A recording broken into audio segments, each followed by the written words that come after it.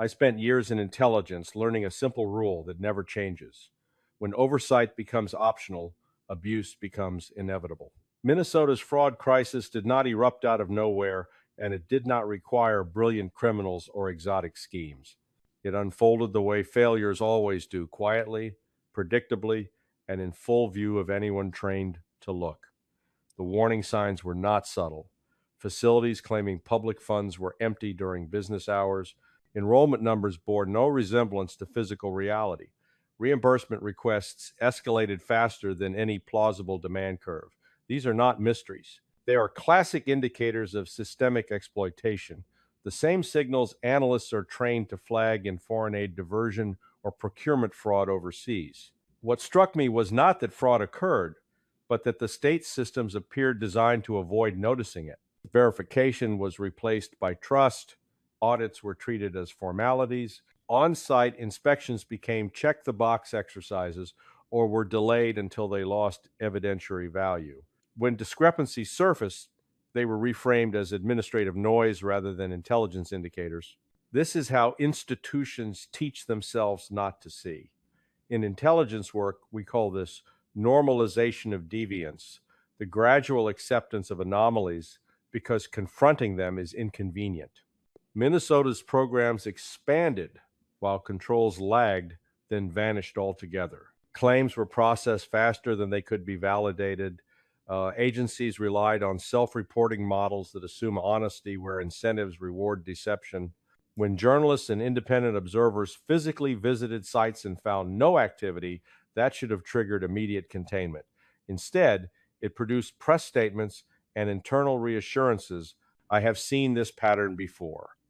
In counterterrorism assessments softened to avoid political friction, and in weapons estimates trimmed to fit policy preferences. The mechanics are identical. Once leadership signals that bad news is unwelcome, analysis bends. Investigators learn that pursuing anomalies creates work without reward. Managers learn that acknowledging failure invites scrutiny. So the system drifts. By the time prosecutions begin, the damage is already baked in. What makes this failure especially revealing is that the tools to prevent it were basic and available. You do not need advanced analytics to notice that claimed beneficiaries do not exist on the ground. You do not need classified access to verify whether services are being delivered. What you need is institutional will. Minnesota's experience shows what happens when that will is absent. Oversight does not collapse dramatically.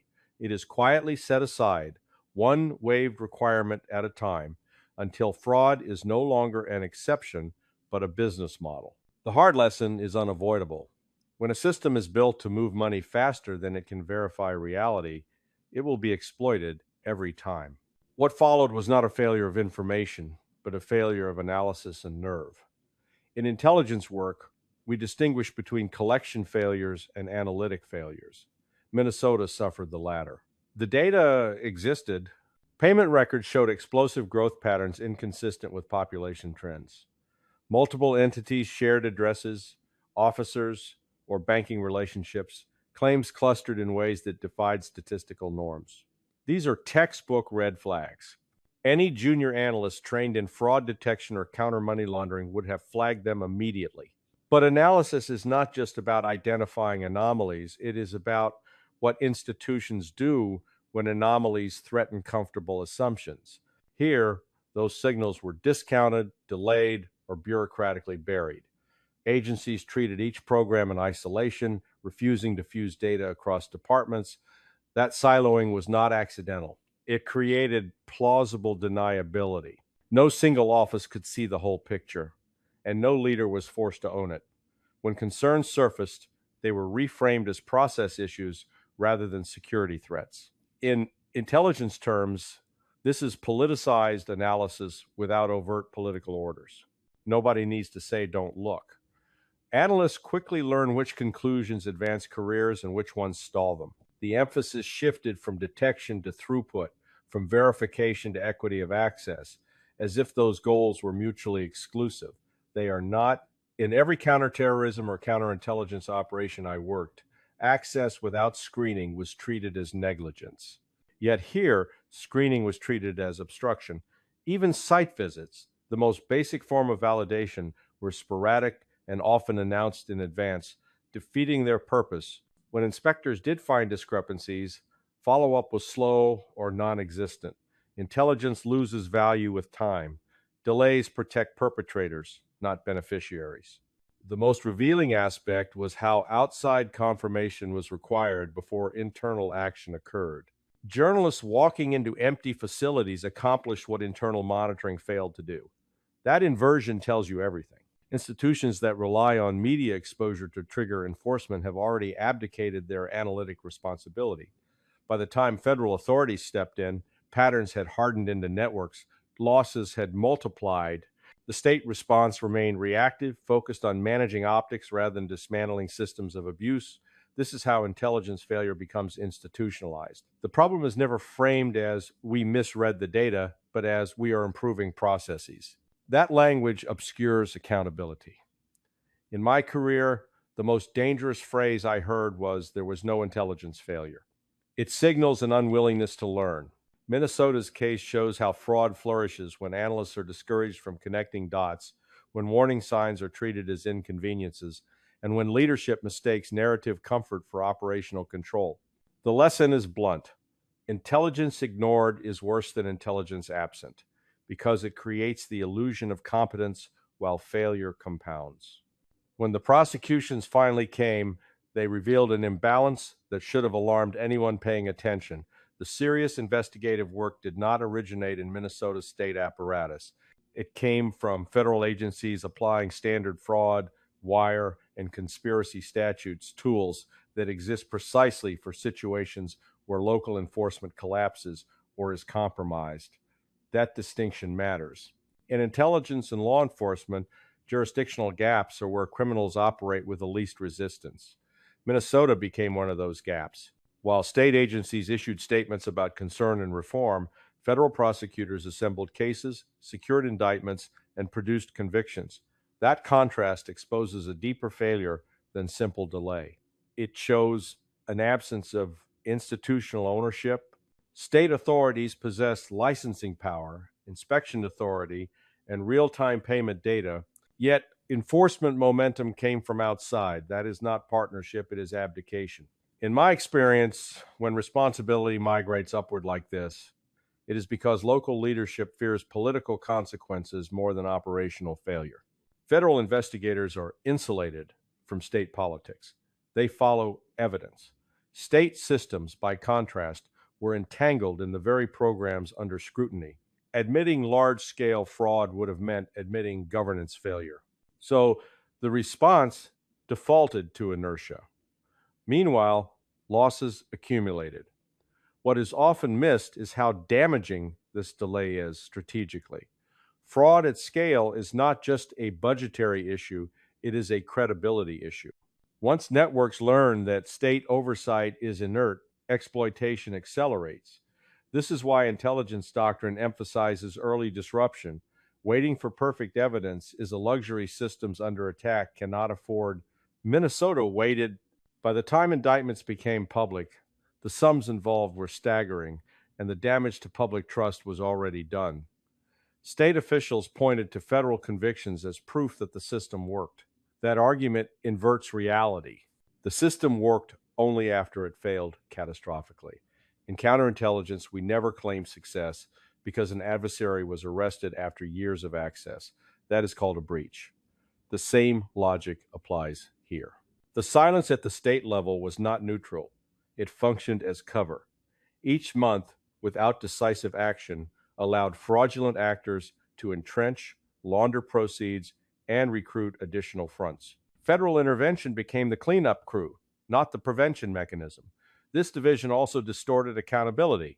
State leaders could deflect criticism by citing ongoing investigations while avoiding hard questions about why those investigations were not initiated locally. The result was a fractured response that addressed symptoms but not structure. From an intelligence perspective, this is the costliest outcome: exposure without reform. You remove individual actors, but preserve the environment that enabled them. Minnesota's experience demonstrates a lesson Washington has learned repeatedly and ignored just as often. When enforcement responsibility is politically inconvenient, It migrates upward, arrives late, and leaves systems fundamentally unchanged. Once enforcement could no longer be avoided, the response shifted from silence to narrative control. I have watched this maneuver play out across intelligence failures for decades. When institutions cannot deny facts, they compete to redefine meaning. In Minnesota, the discovery of large-scale fraud triggered a familiar reflex: reframe accountability as partisanship and scrutiny as sabotage. Instead of confronting structural weaknesses, leadership emphasized messaging about commitment, progress, and external blame. This is not accidental. Narrative management is a defensive weapon used to protect institutions from reform by turning operational failure into political noise. The focus moved quickly from how fraud occurred to who was weaponizing it. That framing matters. It transforms an intelligence problem into a loyalty test. In my career, whenever analysis is judged by its political implications rather than its accuracy, the institution has already failed. The evidence did not require interpretation. Empty facilities, inflated claims, and delayed inspections speak for themselves. Yet official statements emphasized effort over outcome, process over result. Leaders cited task forces, hired investigators, and ongoing reviews as if intention were equivalent to control. This is the same rhetorical structure used after intelligence breakdowns abroad. We are learning, we are adapting, we are moving forward. What is missing is admission of design failure. Narrative control also served another purpose. It slowed urgency. By recasting fraud as an inherited or external problem, leadership insulated current decision makers from responsibility. In intelligence terms, this is temporal displacement. Blame is pushed backward or outward to avoid present accountability. The damage, however, is cumulative. Public trust erodes when explanations contradict observable reality. When citizens see prosecutions driven by federal authorities while state officials emphasize messaging victories, confidence collapses. That collapse has consequences. Systems relying on voluntary compliance depend on credibility. Once credibility is gone, enforcement costs rise exponentially. The irony is that narrative management often backfires. Attempts to minimize exposure draw more scrutiny. Efforts to politicize criticism invite deeper investigation. I saw this after weapons intelligence failures, where insistence on narrative coherence delayed correction and magnified reputational damage. Minnesota followed the same path. Instead of treating fraud as a security breach demanding immediate structural change, it was treated as a communications challenge. That choice reveals priorities. Intelligence professionals are trained to separate signal from noise. Here, leadership chose noise as cover. The hard lesson is that narratives do not stop fraud. They conceal it temporarily while it grows. When institutions defend stories instead of systems, they guarantee recurrence. The collapse of oversight was not just technical, it was cognitive. Once reality becomes subordinate to messaging, reform becomes impossible. One of the most persistent illusions in public administration is the belief that good intentions can substitute for controls. In intelligence work, we reject that outright. Systems must be designed for worst-case behavior, not best-case assumptions. Minnesota's expansion of benefit and reimbursement programs without corresponding enforcement architecture reflected the opposite mindset. The operating assumption was honesty. Verification was treated as secondary, sometimes even portrayed as a barrier to access. That is not compassion, it is negligence. Every adversarial system I worked against exploited exactly this kind of thinking.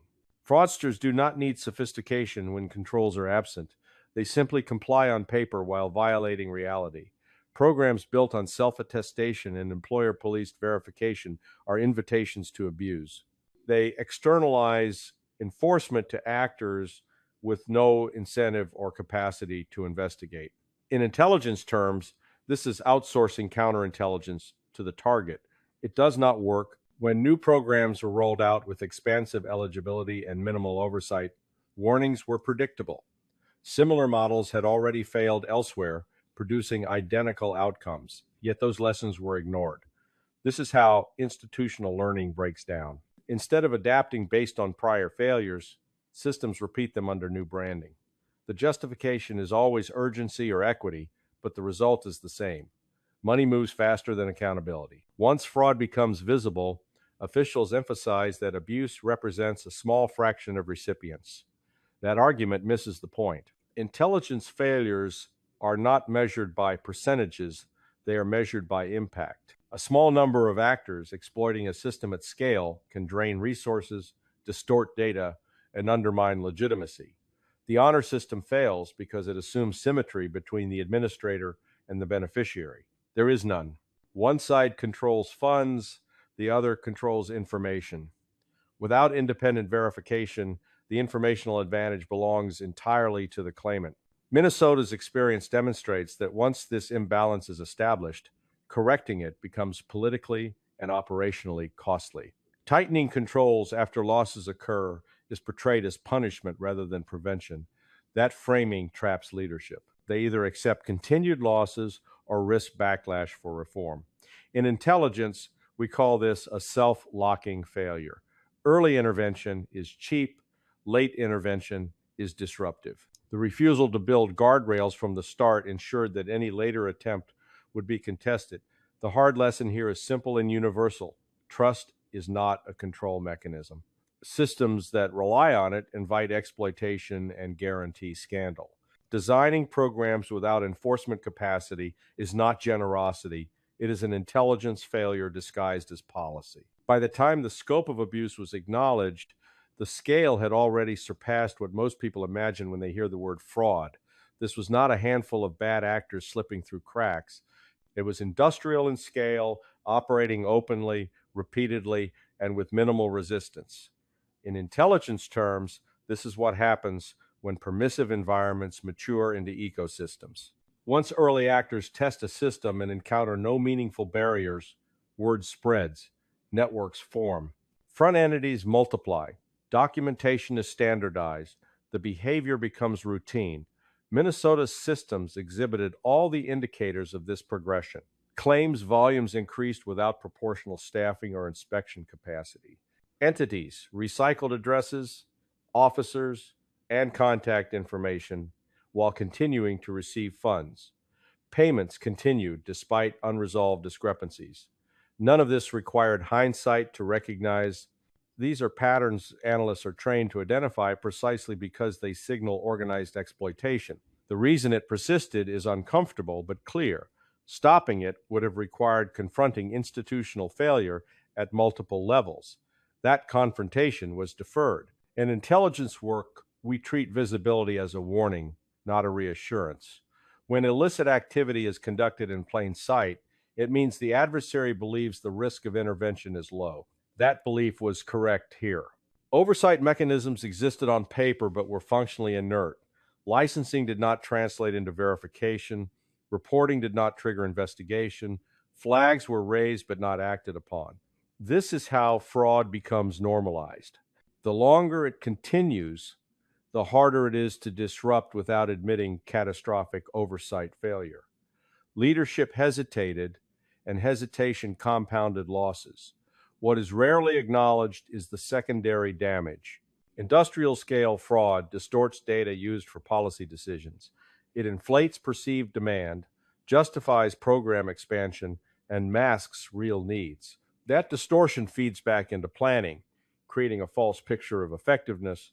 In intelligence, corrupted data is worse than no data at all. It leads decision makers to double down on failing models. Minnesota's experience followed that script. Even as evidence mounted, reforms were incremental, framed as improvements rather than containment. Meanwhile, the financial exposure ballooned. By the time enforcement caught up, networks had years of operational experience and significant resources. This is why early disruption is essential. Allowing exploitation to reach scale turns prevention into prosecution, and prosecution is always more expensive. The hard lesson is that systems do not drift into industrial-scale fraud by accident. They are carried there by repeated decisions to delay, defer, and deny. When exploitation is visible and ongoing, it is not hidden, it is tolerated. That tolerance is the true failure. Minnesota's experience is not an anomaly. It is a case study and a failure pattern Washington repeats with alarming consistency. The strategic lesson is not about fraud alone. It is about what happens when institutions replace verification with narrative and process with performance theater. In intelligence, credibility is a finite asset. Once lost, it cannot be restored with press releases or partial reforms. Minnesota's systems lost credibility because they signaled to adversaries and citizens alike that oversight was negotiable. That signal traveled fast. The same dynamic is played out in foreign assistance programs, reconstruction efforts, and sanctions enforcement. When controls are weak and accountability is politicized, exploitation becomes rational behavior. What makes this failure strategically dangerous is its cumulative effect. Each exposed system weakens trust in the next. Citizens begin to assume mismanagement is normal. Fraudsters assume enforcement is optional. Administrators become defensive rather than corrective. That spiral erodes the state's ability to govern effectively. In intelligence assessments, we warn that legitimacy is the center of gravity for any system relying on compliance. Minnesota damaged that center of gravity. The response prioritized damage control over redesign. Federal prosecutions were treated as proof of resilience rather than evidence of collapse. Narrative management substituted for structural change. New programs expanded while old vulnerabilities remained unresolved. This is not sustainable. The hard lesson Washington keeps ignoring is that security failures at home follow the same logic as failures abroad. You cannot manage what you refuse to measure honestly. You cannot deter exploitation if consequences are delayed and inconsistent. And you cannot maintain credibility if truth is subordinated to convenience. In my career, the most corrosive failures were not caused by lack of resources, but by lack of candor. Minnesota had data, authority, and warning. What it lacked was the willingness to confront uncomfortable conclusions early. That reluctance transformed manageable fraud into systemic exposure. The broader implication is clear. If institutions do not relearn the discipline of verification, independent inspection, rapid response, and accountability without political filters, this pattern will repeat. Not just in Minnesota, but anywhere programs outpace controls. The collapse of guardrails is not accidental. It is chosen, one compromised decision at a time. The intelligence lesson is blunt. Systems that cannot tolerate bad news will eventually be defined by it.